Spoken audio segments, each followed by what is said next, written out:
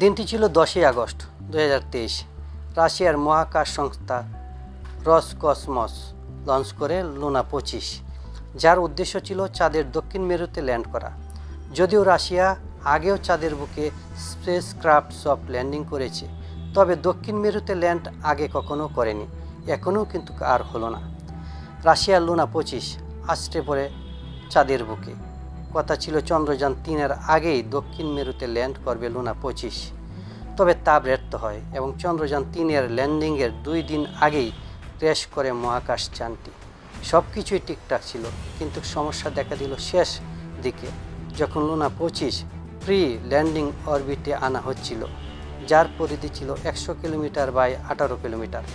তখনই যান্ত্রিক ত্রুটি দেখা দেয় চন্দ্রযানটিতে। মাত্র 10 দিনেই চন্দ্রযানের কক্ষপথে শেষ ল্যাপে পৌঁছে গিয়েছিল লুনা 25, কিন্তু শেষ রক্ষা আর হলো না।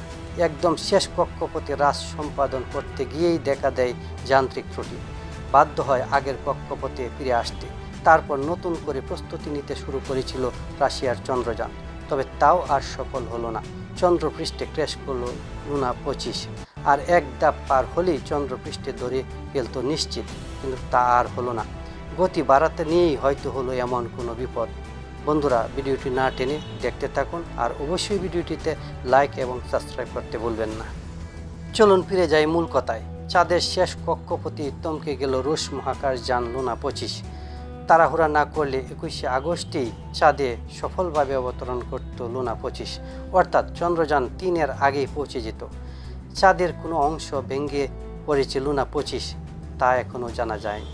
মূলত লুনা 25 অবতরণের সময় রাশিয়ার মহাকাশ সংস্থা রসকসমস এর সাথে লুনা 25 সংযোগ হারায় এবং তা নিয়ন্ত্রণ হারিয়ে ফেলে, যার দরুন তা ক্র্যাশ করে।